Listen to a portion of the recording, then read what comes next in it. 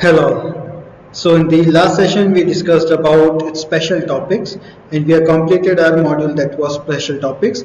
From today's lecture onwards we'll be starting with our new module that will be fundamental of vibrations of buildings, or you can say structural dynamics.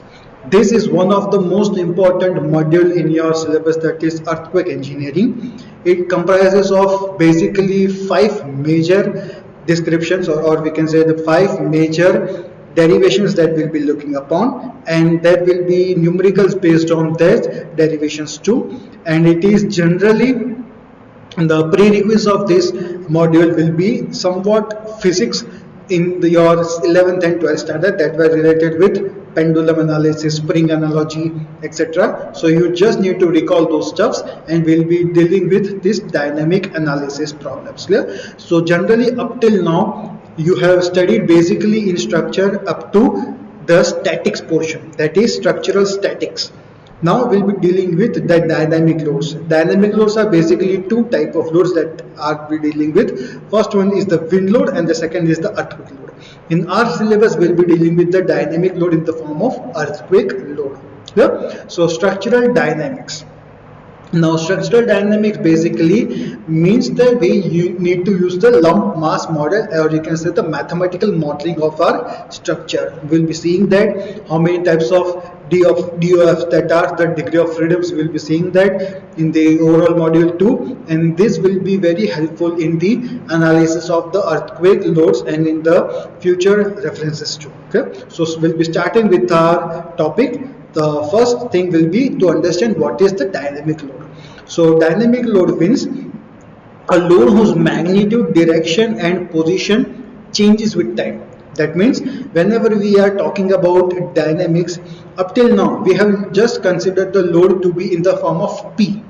Clear? For example, if P is 50 kilonewton, from the starting of the sum to the ending of the sum, we always used to take that load to be of 50 kilonewton. But now our load will be P of T. That means P will be with respect to time. It will be time dependent. If we take time equal to 0 seconds, then the force could be either 0 or maximum or something in between. If we take time interval to be infinity, then again there will be variation in the load characteristics. Okay? So for dynamic itself suggests that it is not constant. So basically the loading will now be not constant, and it will be either magnitude, either direction or position changes with time. Clear? So the load whose magnitude, direction or position changes with time is called our dynamic load. It is basically divided into two parts again, a prescribed load or a random load. Prescribed load, that means it is a time variation of the load is fully known. Means how much variation will becomes if a body is to be moved from a point A to point B, it takes X amount of time. Then in that X amount of time, how much load variation will be there, it is fully known prior to the calculations. Then it can be termed under prescribed load, and the analysis of response will be deterministic. Now what do you mean by deterministic? Deterministic means it is already well known prior to the solution stuff. Means whenever we are dealing with the analysis problem, if the things are already been known that this much amount of there will be variation, this will be the highest peak, this will be the lowest peak, if it is well known prior to that, then it is called a deterministic approach. Second is a random load. Random load, that means time variation of the load is not fully known. Somewhat portion has been known. For example, if a load, or you can say earthquake, if an earthquake strikes for 20 seconds, then its behavior is known for 10 seconds, but the last 10 seconds data is not available. With how it responds, how the shaking occurs, what was the intensity, how it affects the buildings, it is been not known. So that type of loading is called random load. And the analysis of response is non-deterministic. Non-deterministic means we can't say that what will be the peak value or what will be the suffix value. Clear? So this is type of load is known as random load. So these are the basic two diversions, or you can say the bifurcations of dynamic load. The load can be either be deterministic or you can say non-deterministic. And if we talk about the characteristic, then deflections and stresses are time variant. Our deflection, that means delta, and stresses, that means sigma, are basically time variant in the form in dynamic loading conditions. Normally dynamic load, or you can say displacement, causes dynamic response. Clear? Problem is dynamic only when the response is dynamic. You always need to remember this thing.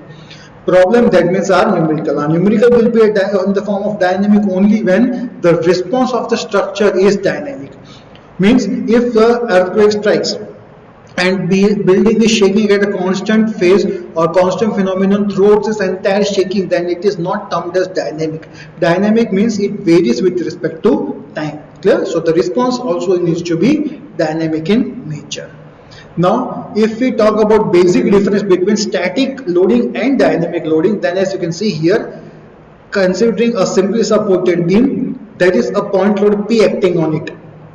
And then the resistance due to internal elastic forces of structure will be there, and in the static process or static problem, response due to static loading is displacement only.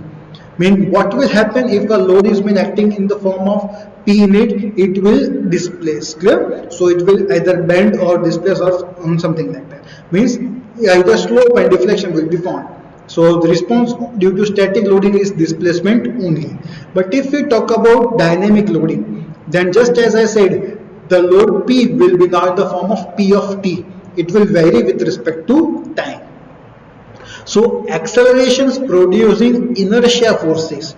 Inertia forces are, that is, the inertia forces form a significant portion of load equilibrated by the internal elastic forces of the structure that are being generated due to the internal elastic forces of the structure that we are dealing with. So in dynamic problem, response due to dynamic loading is displacement, velocity and acceleration.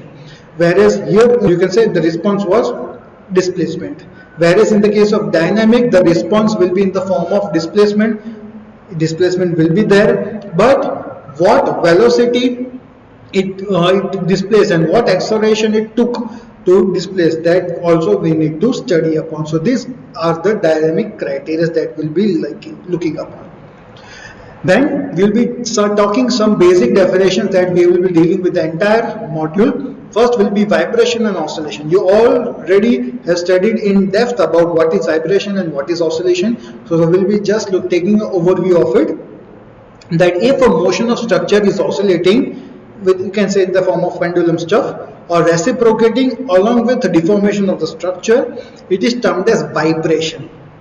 In case there is no deformation, which implies only rigid body motion, it is called oscillation. That means if a body is moving in the form of a pendulum and there is also displacement, if there is displacement, then we can call it as vibration. Though if the body is moving in oscillatory form but there is no displacement, then we call it as oscillation. So this is the basic difference between a vibration and an oscillation. A vibration can be termed as vibration only when there is deformation of structure.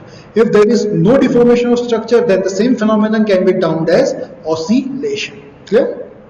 Then will be free vibration. Free vibration, as the term itself suggests, that it will be free. It will be free of any external force. So vibration of the system which is initiated by the force which is subsequently withdrawn, means we have applied a force initially to move an object or to displace an object. An external body or external force is required. This was said by Newton. Yeah? So there has to be some amount of force. Free vibration, that doesn't mean that there is no occurrence of force in it. That will be force, but that force will be acting on just one impulse. That means in the starting phenomenon, if we had applied a force and that removed that force, still the body is oscillating or vibrating on its own. That portion or that terminology is called free vibration. Then we will be dealing with forced vibration. Now what do we mean by forced vibration? Again, it has a force in it, but this force will be applied constantly. That means if the external force is also involved during vibration, then it is called forced vibration. In the free vibration, what was that? At the starting point or at the impulse point only there was application of force. After that there was no external force introduced to it. But if there is effect of external force throughout the time period, then it will be termed as forced vibration. Next we'll be talking about this damping. You have already studied this portion. Damping, that means all real life structures when subjected to vibration resist it.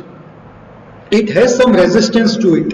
It can be due to the material property which is called structural damping. Concrete and steel itself possesses some resistant power to it, which we called it as structural damping. If we use external mechanism to resist it, then it is called an seismic damper. Okay? So due to this, the amplitude of the vibration gradually reduces with respect to time. That means gradually the shaking reduces and it comes back to its original shape with some amount of deformation. It does not completely regains its original shape. If it completely regains its original shape, then it could be termed as an elastic behavior. But structure does not behave elastically.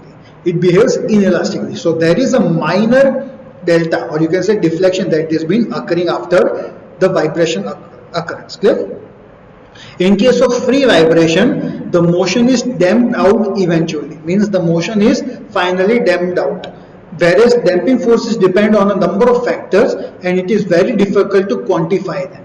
Quantify them means to quantity, how much amount of damping forces are there. It is very difficult to bifurcate or quantify it, but so because there are a number of factors that are indulged in it. So these are the basic definitions that you need to look upon prior to the starting of our chapter.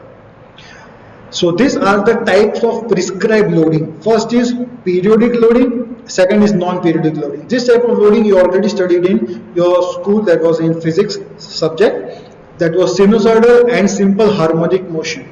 There is SHM. Clear? Any period load can be represented by sum of simple harmonic components. Means this is either a sine wave or cosine wave, you can say it as. There is a crest point in it and there is a trough point in it. Clear? And this is called one frequency. So if a frequency has a constant amount of crest and trough, it is called as periodic loadings. Clear? That means either this type of loading, or even this type of loading. It has an uneven shape, but if you see in one frequency, or you can see in the one cycle, the shape regains in the other cycle itself. Clear? So for n number of cycles, this period of crest and trough remains same. So this is in the form of periodic loading. Whereas the second form of loading is called impact loading, or you can say non-periodic loading. That means our earthquake load. Our earthquake load will be impact loading. That means if you plot a graph of our earthquake or a seismogram, then it will be giving somewhat this shaking itself. Clear? Or you can say the blood pressure or heart monitoring, ECG stuff, something like that. ECG is not constant every time. It shows a varying signs. Clear? So these are the terms of our non-periodic loading stuffs. Next, we'll be talking our most important topic in this chapter, that is degrees of freedom. Now the name itself suggests degrees of freedom. That means up to how many degree the motion can be free. Clear? Degrees of freedom. So number of independent coordinates required to specify the configuration of the system at any given time is called degree of freedom. Means if it is free to move in x direction, if it is free to move in y direction, or if it is free to move in z direction. Clear? XS plane, YY plane, ZZ plane, there are multiple axes we can deal upon. If we talk about the 3D system, 6D system, 8D system, or an direct sphere object. Clear? So there are infinite planes that we can plot upon, and if we bifurcate it, then it is basically bifurcated into two parts. First is single degree of freedom and the second is multiple degree of freedom. We called it as abbreviation as SDOF, that is single degree of freedom, and MDOF, that is multiple degree of freedom. Now what type of vibration that we will be dealing with? These are the four derivations that we will be looking upon. we have already seen that we will be talking with two type of loading. One will be free and other will be forced. So again, if we bifurcate it into two parts, whether the damping is used or whether the damping is not used. So free undamped will be our first case, free damped will be our second case, forced damped will be our third case, and forced undamped will be our fourth case. So these are the four derivations that we'll be dealing upon. Clear? So these are the type of vibrations that we'll be seeing in our chapter later on. Now if you look at this figure, what first thought have you generated? So most of structural engineers view the world as this, as the skeleton system, clear, in the form of a frame structure, and most of the geotechnical engineers view the world as this. Means they do not deal with the superstructure. The only point of reference that they are interested in is the substructure part. Clear? So this is the model that we will be dealing with. This is called a lump mass model or a mathematical model, that how you basically represent the structure in the form of a mass system, which will be calling it as lumped mass model or a mathematical model, that we will be seeing how to make it, how to draw it, etc. in the later part. This session will be dealing with the derivation portion of the four cases that we saw. Okay? Thank you.